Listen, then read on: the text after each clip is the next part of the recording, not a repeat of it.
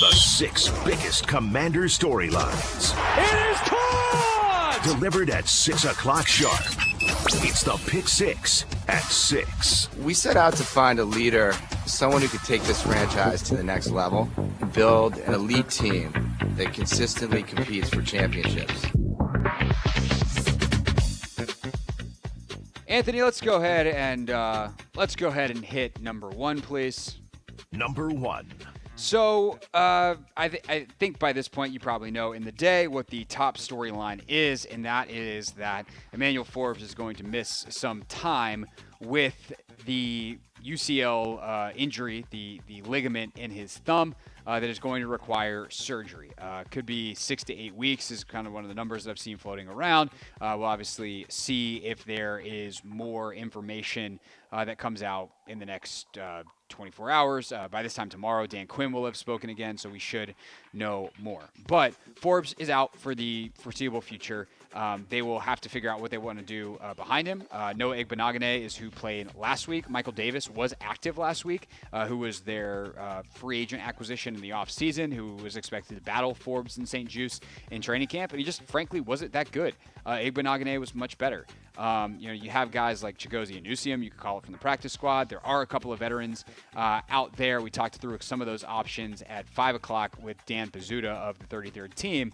But there's no one, you can't get good football players in September. Starters aren't available. It's just not a thing.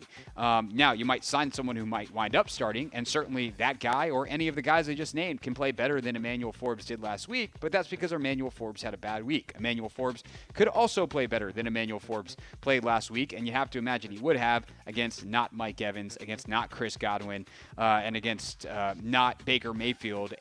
Not that Baker's amazing, but Daniel Jones is lower down the ladder. So it's a huge bummer. Obviously, it's more than a bummer for him personally because that's ouch. That really freaking hurts. But the surgery is to come, and the Commanders are going to have to figure out not only who replaces him in the short term, probably Igbenogany, but what the longer-term prognosis is. And I mentioned this earlier in the show. I think it's a big couple of weeks for Forbes here to show the professionalism, to attack this rehab, to be attentive in meetings, to be a great teammate, and show, hey, I'm still bought in. I know that I didn't have a great first week. I know that I, didn't perform the way I want to, but when I come back, I want my starting job back, and I'm going to be better because I'm going to show you how locked in I am during this rehab, and I'm going to try to be a good teammate and help in the meetings and in the film room, and I'm going to get better even though I can't go out and do it on the practice field, nevertheless in games. So it's a huge couple weeks for Emmanuel Forbes, and we'll see where this team is when he gets back, because if Igbenogany is playing great, you just stick with him. If he's not, how many guys have they gone through? So there's a lot of questions, a lot of time, and rather than speculate on a million what-ifs and possibilities, let's keep things moving and hear from Joe Whitt Jr., number 2. Number 2. So obviously 2 huge things defensively. Tackling, a.k.a. finishing, and the communication. Those were the bugaboos on Sunday. Let's start off with the tackling. I'm going to guess the answer to this could have been a very short no. The question to Joe Whitt Jr. was the tackling up to your standard on Sunday, Joe Whitt Jr.? We missed more tackles than I was anticipating. We were a step short. And that's one thing that we're talking about. Take the extra step. There was a play on the sideline. We had 2 of our real good players miss a tackle, and it shouldn't happen. I mean, we got to take an extra step. And when I say it shouldn't happen, that means we have to do a better job. In practice these days, you don't go to the ground, so we have to make sure we're getting our bodies in position every practice, running to the ball, getting the bodies in position to get people on the ground. So no, it wasn't to the standard. I love that not only is he saying it's not to the standard, because no coach is going to get up there and be like, yeah, I was actually, it's week 1. It happens. No coach is going to say that. Duh. But to have the specificity of, this is what we need to do, he knows so clearly what is wrong. that it just oozes out of him. I love that. And not that everything. I try not to be so much of a theater critic that if a coach doesn't say something like that, doesn't mean he doesn't know it. Like as long as he knows it on the practice field. But I do appreciate the fact that they are identifying this and saying like, hey, this is a technique thing. It's not a hey, our guys need to try harder. It is simply we did not do a good job of making sure that they understood what they needed to do. We have made it very clear to our guys this week, and I would imagine that clarity in the coaching. Like if you got a coach that's telling you 16 different coaching points, it's hard to focus on one. Hey, man, when you're in pursuit of the ball, take that extra step. So as Frankie Louvu's processing the information, and Bobby Wagner's processing the information, and they get in the mode where they're in chase and tackle, it's going to be like, take that extra step. It's going to be fresh in their mind. That's good coaching. And so I'm excited to see if they can turn it around on Sunday. That was the biggest problem on the front end. The back end. Number 3. Yeah. Talkie. Need more talking and effective talking. So how do you fix the communication? Joe Whitt Jr. talking about that today in Ashburn. Just like I said, the manning in the walkthroughs, making sure I stood way back, the walkthrough we just had, and I told him, I'm way back here. I got to hear it. So you have to scream it. It has to be loud, all right? I don't want to hear, I don't have one player to say, I didn't get it, okay? So communication is sent, received, and acknowledged, okay? So it's not only I said it, it's not good enough. You have to make sure he's received it, he's acknowledged it, and now we're on the same page. And so that's the key part of it. It's just making sure that we're doing it and not taking anything for granted, which we didn't, okay? But when you don't get the results that you're expecting, all right, you have to look at what you're doing to make sure. If I was a player in that meeting, and I'd be curious, I wish I'd heard that quote before we taped the Take Command preview this morning, which now all of a sudden is going to feel a little silly because we're not going to talk about anything Emmanuel Forbes adjacent, which is a big story, but plenty of good information on there in there on the Giants. But I might just call Logan later and ask him this, or talk to him tomorrow and ask him this. Like, if you're a player in that meeting and you say, well, hey, Joe, what happens if I get a piece of, like, I imagine if you're Mike Sainristil, right? And the safety tells you something on a check. You go to relay it to your outside corner. Your outside corner doesn't acknowledge that he receives it. Like, now I'm caught in no man's land. How do you deal with that? Like, that's a good question from a player, and I would hope that somebody asks it. And I hope that player's Mike Sainristil, to be honest. But like, you have to have solutions for all of that. Of like, okay, hey, if our rules of communication are send, receive, acknowledge, what happens if we get stuck at receive? Do we default back to the original call? Because the biggest problem is not being stuck in a bad call. This is really the point of this, right? If your optimal call is to switch to cover 3 and you're stuck in cover 2, it only becomes an insolvable problem if half of you are playing 2 and half of you are playing 3. Because now you've got a bust. Or like, hey, we're switching in man-to-man, or we're not switching in man-to-man. I've got the inside guy. No, I've got the inside guy. You've got the outside guy. If you're on different pages, that's asking for a coverage bust. Then you're going to have a wide open area of the field. If you are supposed to be in cover 3, but you all are playing cover 2, at least you have sound cover 2. And you might have a bad look, and that might be hard, and you might lose that one with the pen and give up a 15-yard completion, but at least you didn't give up a touchdown. And you just got to communicate better next time.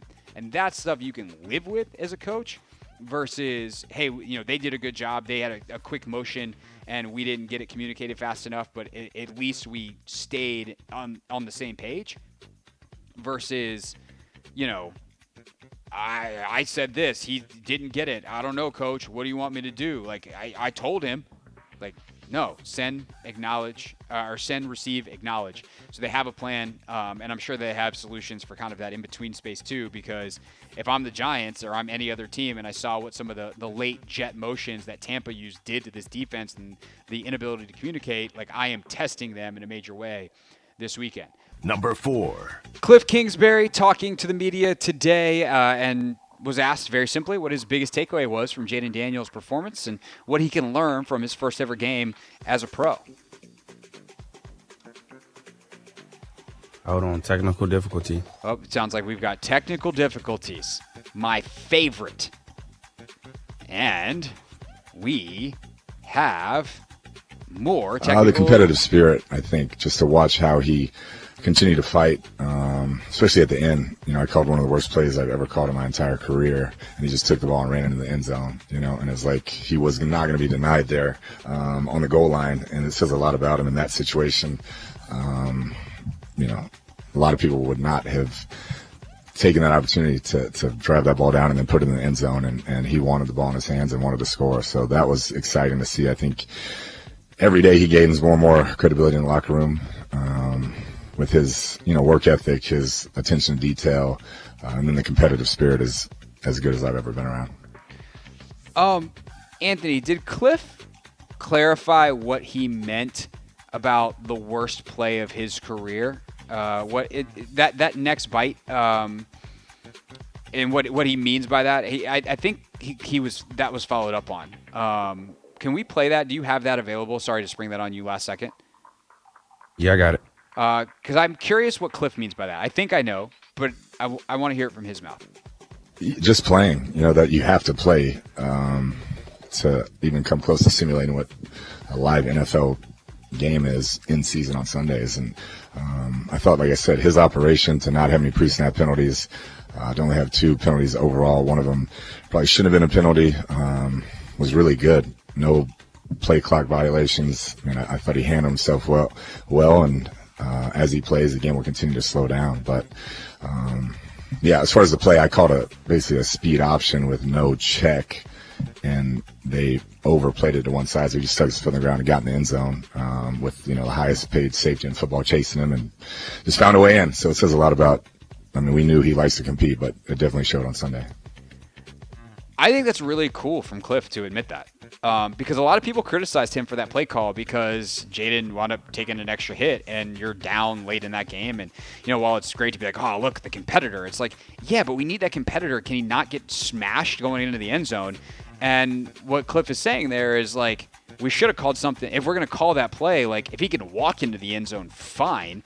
But to not have another option for him, and so he has to wind up taking it. They force him to not pitch it, and he takes that hit. Like, good that Kliff learns from that. Dan Quinn talks about the lessons, and that's a lesson of like Kliff has got to make sure that he manages Jayden, and you don't get caught up in the game, or that you're thinking about some of this bigger picture stuff with him because he's the future of the franchise. And if Kliff is already being like, yeah, that was pretty dumb on my part. Like, yeah, you don't want that to happen in the first place, but since it did, how do you handle it? I actually love that from Kliff Kingsbury, a guy who, by the way, I'm very stunned he said that out loud, because Kliff normally gives you absolutely nothing in the media. All right, speaking of Jayden running. Number 5. How did Kliff interpret the 16 carries that Daniels took on Sunday?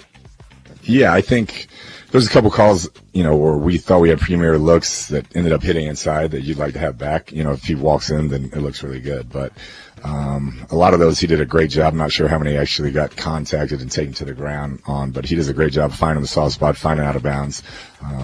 But we understand, like, he has to take care of himself, and we want him to continue to grow, and you can't do that if you're banged up and on the sideline. And, of course, part of that is on the offensive line, wrapping up the pick 6 here. Number 6. What did Kliff think of the offensive line, and if the quarterback scrambling as much as he did makes him change the way that he calls plays at all? Yeah, it's a really good front, and like I said, a few of those were first read and get out, as your first game as a rookie, and he knows he has a lot of faith in his legs, and I would too if I could run like that. So he made some plays early and got out of there, but I thought they battled against a really good front, and no pre-snap penalties.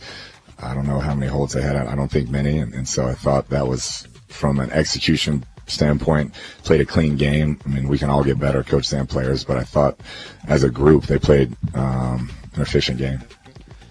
I don't disagree. Like, a couple of bad snaps in there for sure, but that happens. And I think they did a good job of limiting the exposure of that offensive line. He didn't really directly answer the question in terms of whether it changes, but it sounds like it's something he's thinking about, which is good because he's got a rookie quarterback in an offensive line that, well, not, I think, the worst in the league in the way that a lot of national people were scared it was going to be, is definitely not the best in the league either. In fact, we don't even know who is going to be on the line every series. Right now, Kliff asked, the last thing we'll play for you here in the Pick Six, are we going to see this continued rotation of Brandon Coleman and Cornelius Lucas, or what's going on there? Kliff?